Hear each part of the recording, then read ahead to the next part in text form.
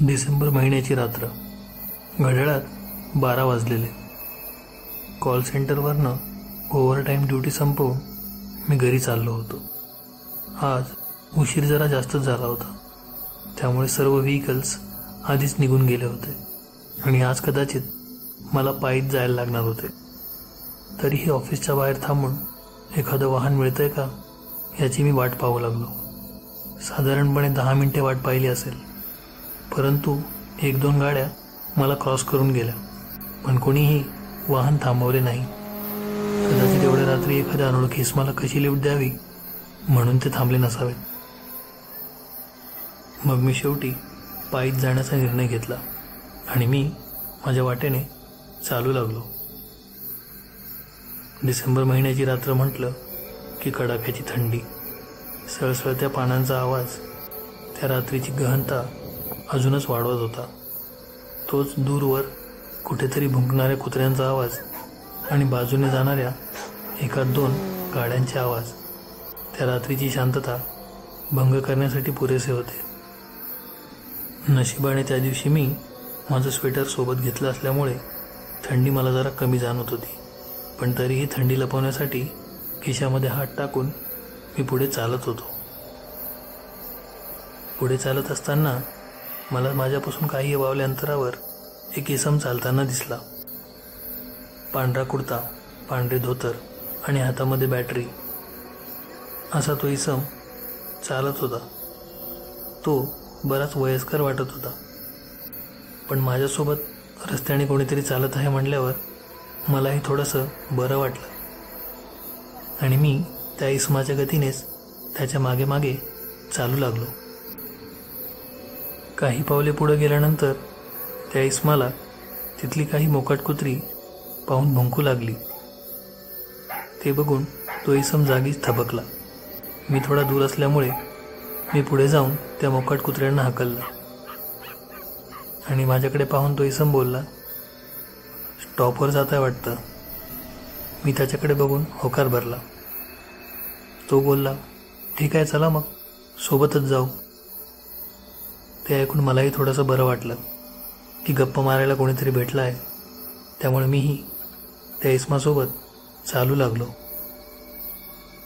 तशी मला बैकथांची पहिल्यापासूनच फार आवड आणि त्यातल्या त्यात एवढ्या रात्री एका निर्मनुष्य रस्त्याने जात असताना सोबत कोणीतरी वयस्कर व्यक्ती आहे म्हटल्यावर त्यांना त्यांचे काही आलेले अनुभव विचारावे असं मला वाटलं. म्हणून मी त्या आजोबांना विचारलं, "आजोबा, तुम्ही नेहमी या रस्त्याने जाता का?" त्यावर ते हो बोलले. मी त्यांना विचारलं, "तुम्हाला कधी या रस्त्यावर काही असा अनुभव आला आहे का ज्यामध्ये तुम्हाला एखादी अमानवीय शक्ती किंवा एखादी अमानवीय गोष्ट दिसली आहे?" माझ्याकडे पाहून ते आजोबा हो बोलले. मी त्यांना विचारले, "हरकत नसेल तर तुम्ही सांगू शकता?" हसत हसत ते आजोबा हो बोलले आणि ते सांगू लागले, "खूप वर्षापूर्वीची गोष्ट आहे. मी लहान असताना या रोडने नेहमी ये जा करायचो आणि मी लहानपणापासून तसा थोडासा धीटच होतो.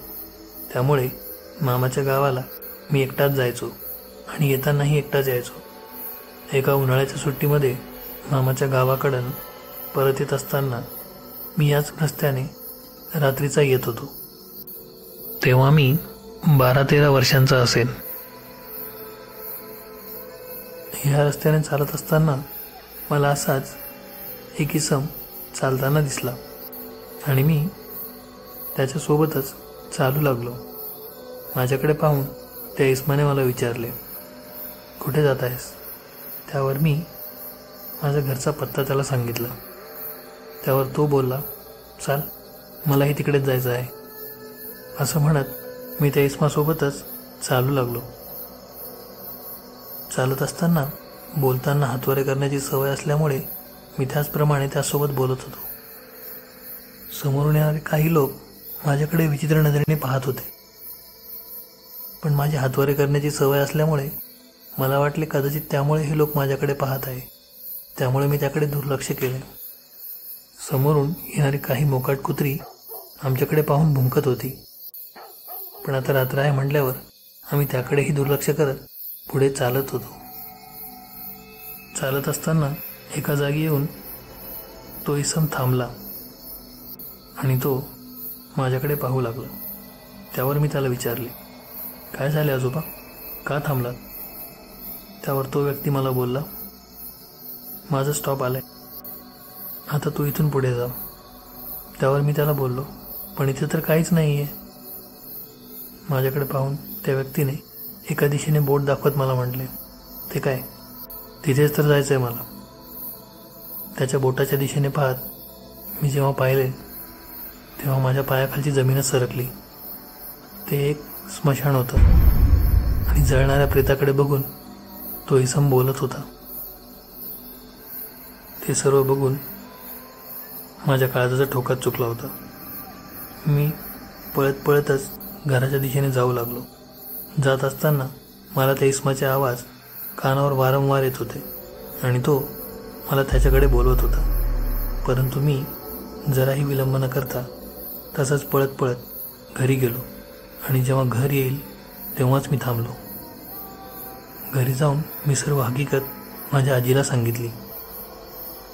ते ऐकून आजी बोलली, बाळ, आज अमावस्या आहे, खरं तर तू आज यायलाच नको होतं. तिचं बोलणं ऐकून मी जास्तच घाबरलो आणि दुसऱ्या दिवशी मला भयंकर ताप आला.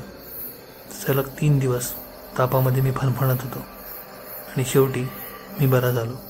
पण त्या दिवसानंतर मी परत कधीही या रोडने एकटा आलो नाही. असं म्हणत ते आजोबा गोष्ट सांगायचे थांबले. त्यावर मी त्यांना विचारलं, मग आजोबा, तुम्ही आज कसे काय एकटे चालला या रस्त्याने?